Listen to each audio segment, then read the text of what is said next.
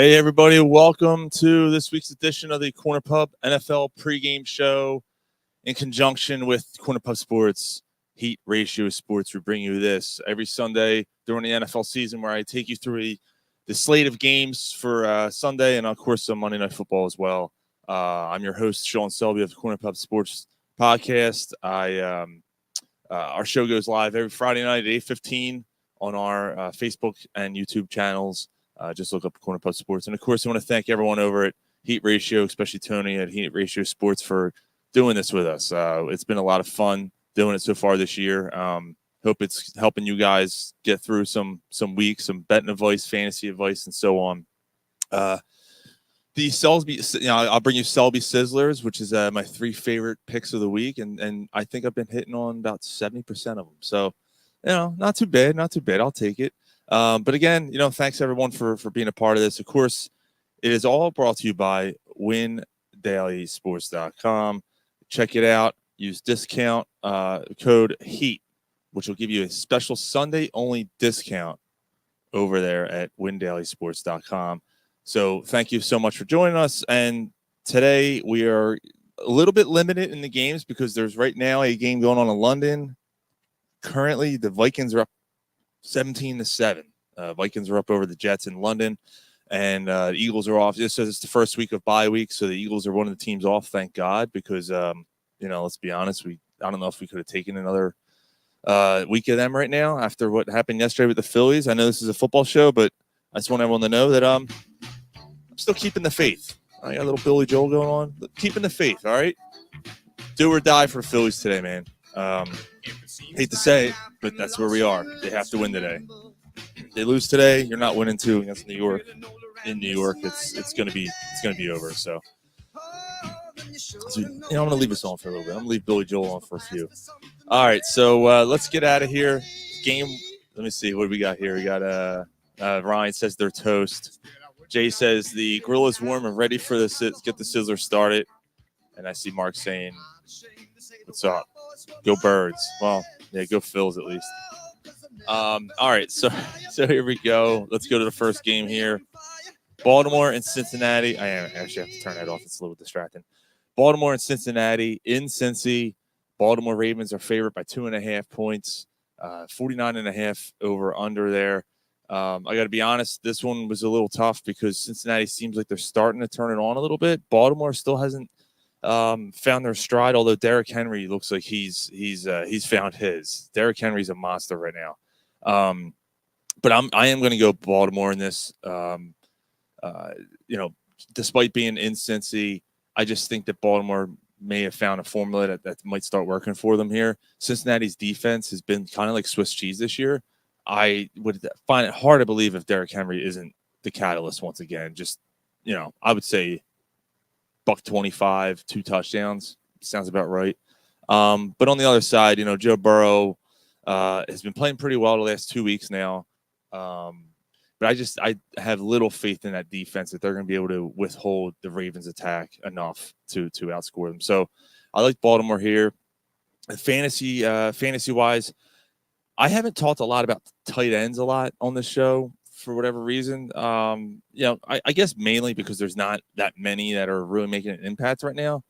But Cincinnati, this is kind of a sneaky play. I like Mike Gesicki.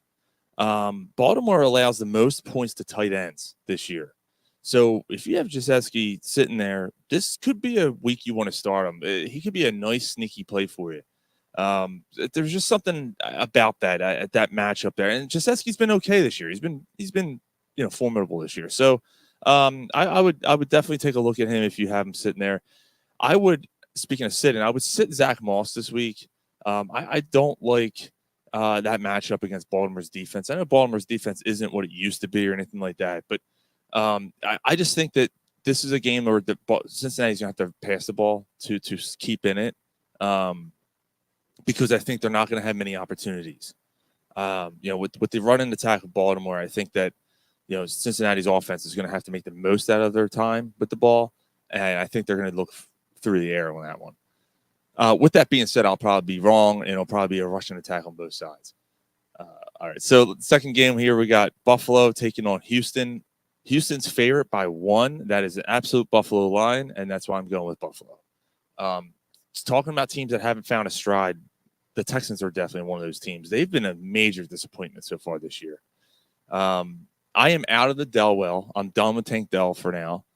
He has had opportunity after opportunity to do something. I think he has 1 touchdown. I think he finally scored last week, but he's just not doing it this year. He's been a major disappointment, and he has a very tough matchup against a Buffalo secondary that's pretty good. So I would definitely sit Tank Dell if you have a better option there. But yeah, Buffalo to me, Josh Allen is proven that he doesn't need someone like Stephon Diggs to be a great quarterback at this level, and he's continuing to do that. He is really one of the better ones in the league until he gets to the playoffs. But that being said, I don't see the Texans being able to keep up Buffalo today. So I definitely like Buffalo there. And again, that line, one point, Houston being home, that's a Buffalo line all the way. Next game here, this one was a little tougher. Definitely tougher to call. I'm trying to see what the latest is here because when I looked earlier, I did not get the latest update on Anthony Richardson. And because there was still talk that Joe Flacco could be the starter. Let's see. Here we go. He's still questionable. All right. So I don't know. I don't know. They're still unsure on Anthony Richardson. If someone else has something new on that, please let me know because everything I'm finding is that he's still questionable and they're not sure. Either way, whether it's Joe Flacco or Richardson, I'm still going to take the Colts here. Contrary to what I said on Friday night on our podcast on Friday night, the more I thought about it, and Jonathan Taylor is out for this game. I don't think it matters. I think Jacksonville is that bad. Like they're just Doug Peterson's on the verge of getting fired again. So Flacco's starting. Thanks, Ryan.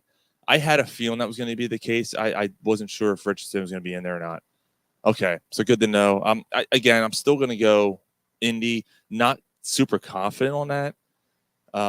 But I just Jacksonville just looks like the team that might be the team that acts as their head coach first this year. Unfortunately, Doug Peterson, great guy, obviously had immense success here in Philly during a short time here, but he's obviously lost that group. It seems like so. With that, Colts will probably lose by 34, and Doug Peterson will regain confidence in everybody. Now, I think this is gonna be a tight game. The 3 points makes it even easier to take the Colts here. Being underdogs. Actually, I don't understand that. Next game here, we got Miami taking on the New England Patriots. The New England Patriots are underdogs by 1, so it's basically a pick 'em. I think that's probably fair. This is a tough one to pick because obviously New England is not the Patriots of old. They're kind of they're trying to find their way. They still have a solid defense. They blossom for Jacksonville. They're still trying to find their way there. Miami, though, is been hampered by injuries. Obviously their quarterback situation is a mess right now. With that, I'll get to that in a second, the fantasy thing. But I'm going to actually go with the Patriots here, only because they're home. I just think that New England has an opportunity here to squeak out a win against the AFC East opponent there. They both know each other really well. I would take Brissett over anything that Miami's going to throw at you right now, just because their offense is just such a question mark. And I would also be very weary of A-Chain and Raheem Mostert, who's coming back today. Going against that New England defense, they're going to know that you're going to run the ball, and they're going to do everything they can to take that part away. You take that part away of Miami, they're not going to pass on you now. So, I mean, I think Hill has 9 catches in the last 3 weeks combined without 2 of it, So I think that's what you're looking at there. So I'd be weary of A-Chain and Mostert. And then, however, on the other side of the ball for New England, a sneaky play, Antonio Gibson. So Ramani Stevenson is in the doghouse right now. He's fumbled every week this year. So he may get benched at some point, like completely benched. He lost carries to Gibson last week, and Gibson had a really good week last week. Miami allows the 4th most points against running backs in fantasy. So I really like Gibson there. We got Ryan saying Patriots need to start May. Yeah, they might have to go to that soon. I mean, I tell you what, if they lose today to Miami, you might see May in there next week. Because I mean, what else are you going to do? What else do you have to lose if you lose to a team that like Miami, who's basically a skeleton right now? Cleveland takes on Washington. Washington's favored by 3.5. I think that's a fair line. Again, Cleveland's another team that has been playing better as of late, but they're still not getting wins yet. I mean, they're looking like they're starting to gel a little bit.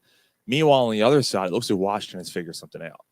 I know Washington's last two opponents have not been world beaters by any means, but Jalen Daniels looks like he can play in this league so far. I mean, again, it's the early thing. We've seen this over and over again with these quarterbacks who come in the league, take everyone by storm. Guys like Justin Fields, guys like I'd even say Carson Wentz, throw him in there too. He definitely deserves to be in that conversation. These guys who play Jalen Hurts, I hate to say it, but up to this point, same situation. You play each other, you get through this first full season of playing. Looks like you only have something. The second or third times where you start seeing these guys kind of get figured out. But this kid looks like he has a good arm. He can run when he needs to. The Commanders are building something there, and I do like them a lot. I do think the Browns will cover, though. The 3.5 there. It's always that half a point. That half a point means so much. I've lost 3 or 4 bets so far this year on that half a point. I like Cleveland just to kind of cover that. Fantasy-wise, I would start Amari Cooper this week. He's had an absolutely great start to the season, and Washington allows the most points to wide receivers. So Amari Cooper's got to be in your starting lineup. Next game here, we got Oakland taking on Denver. AFC West teams going at it.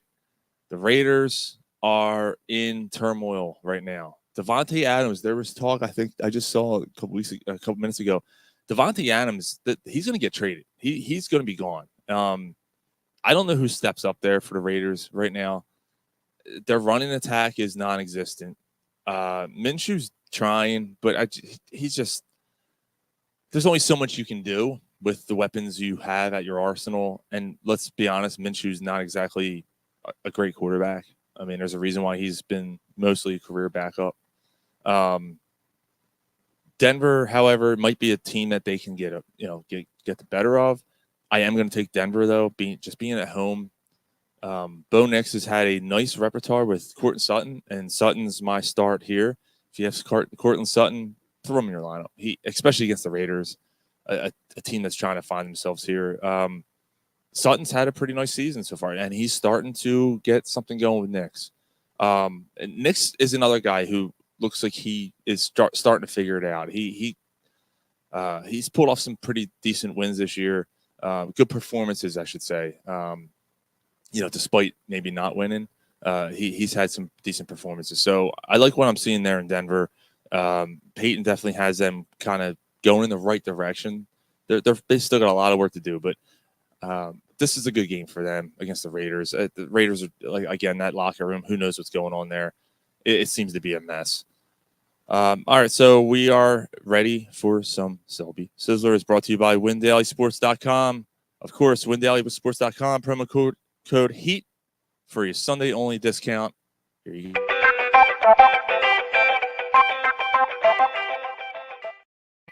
All right, so my first Selby Sizzler today, Green Bay, 3-point favorites against the Rams. I love Green Bay in this game. I love them to cover. I love them to blow them out. I think it's a touchdown or more, probably double-digit win for Green Bay. The Rams' defense is in shambles. Their offense, I mean, Kieran Williams is pretty much holding them together right now. Stafford has nothing to go at right now. No weapons whatsoever right now. And I don't know if Cup's still out, but you still have another 3 weeks until Nakua can come back. Get cooking. Is that bacon, Mark? Is that what that's supposed to be? Bacon? That's what it kind of looks like. Yeah, I love Green Bay. Jordan Love came back last week from his slight injury, his leg injury, and people were worried about how he was going to look. He looked pretty good. I know they didn't end up pulling it out, but he looked fantastic last week. And because of that, any Packers receivers except for Romeo Doubs. Dobbs was suspended by the Packers this week for missing practices. That makes it even stronger for me to start someone like Jalen Reed right now. The Rams have allowed the 6th most points to wide receivers. And again, like I said, Jordan Love looks to be back, ready to go. So Green Bay Packers, strong bet today.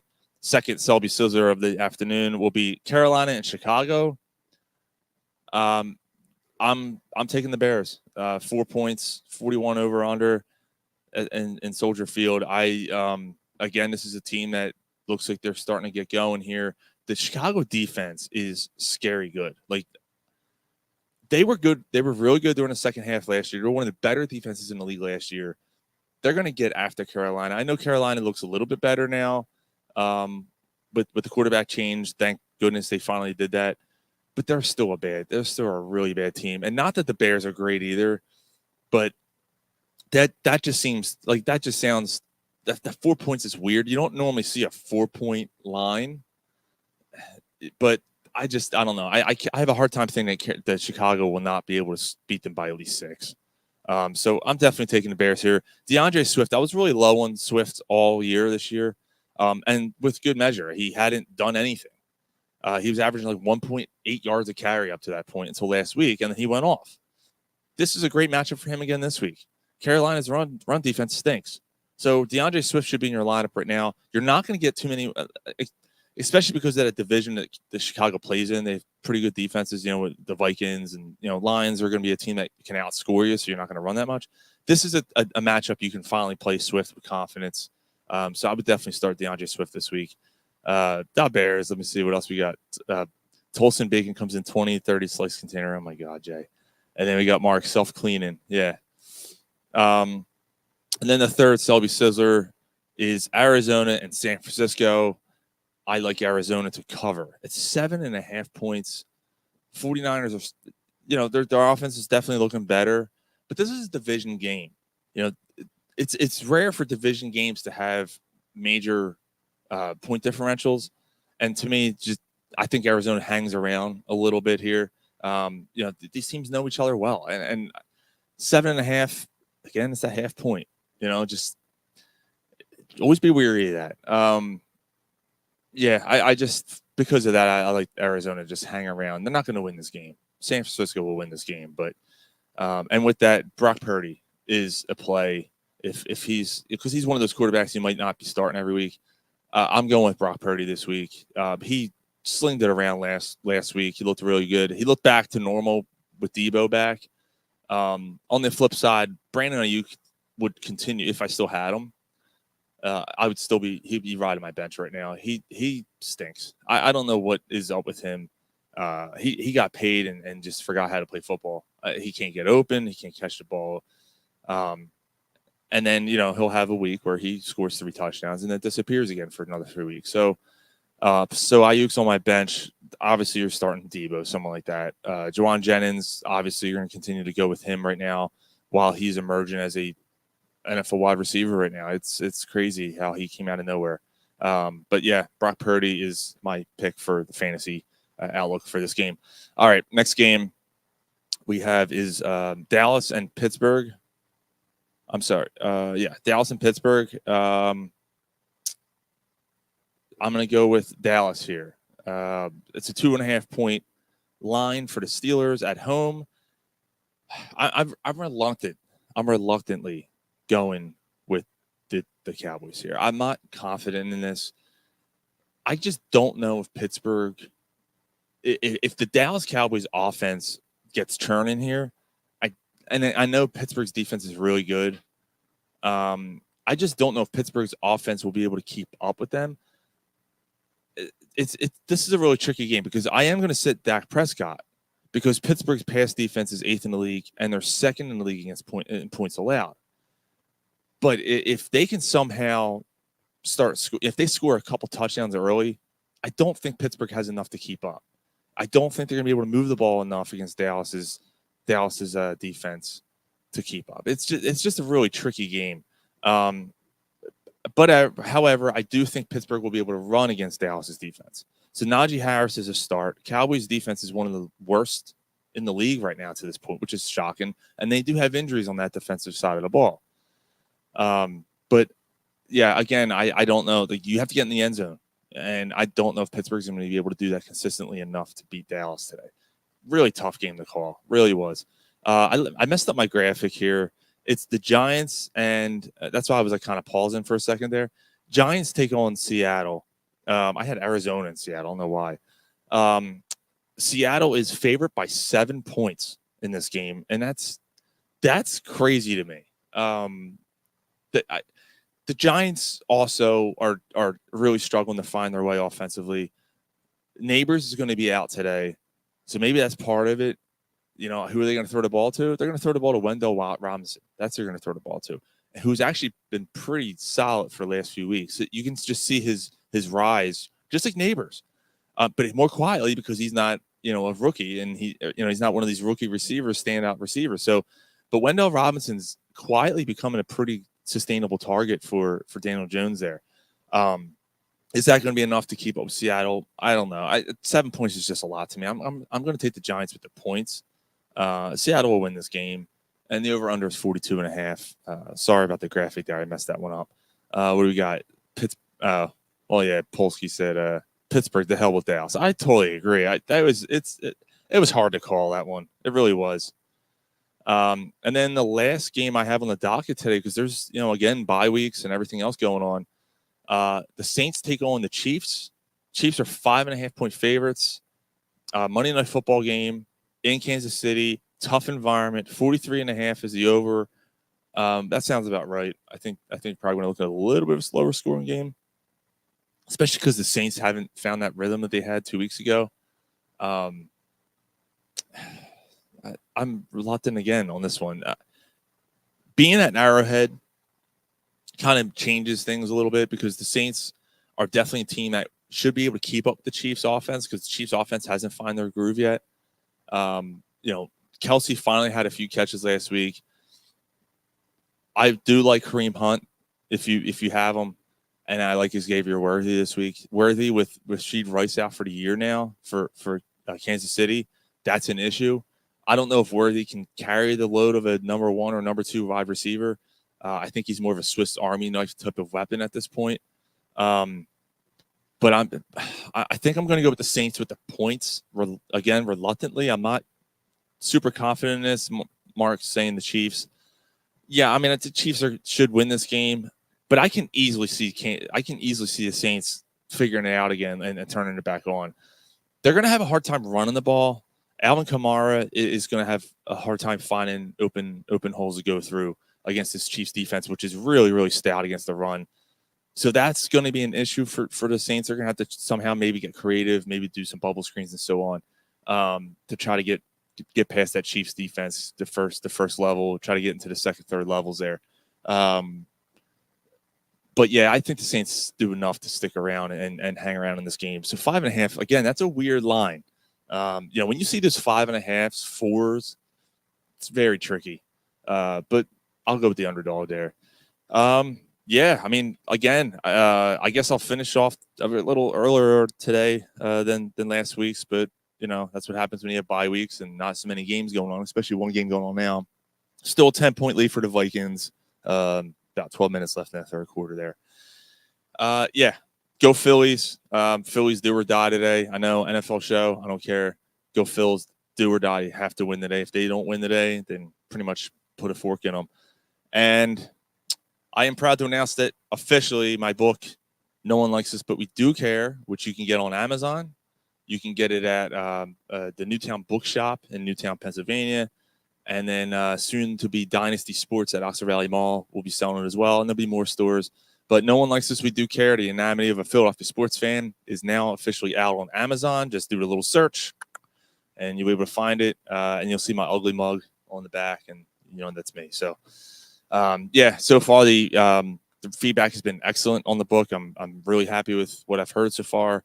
The reaction, because it's kind of what I was looking for as far as the feel of the book, for as what people were experiencing from it. So I appreciate it. Jay's getting his today. Mark's getting his ordered. Thank you, guys. Yeah, I guess that's pretty much gonna cover it for today. I will not see you guys next week. I am on vacation. I am heading to the Dominican Republic. So no show next week, but I'll be back the following week when the Eagles play the Giants on the 20th of October. So everyone have a good week, good betting, good fantasy day, and go Phils. See you guys next time.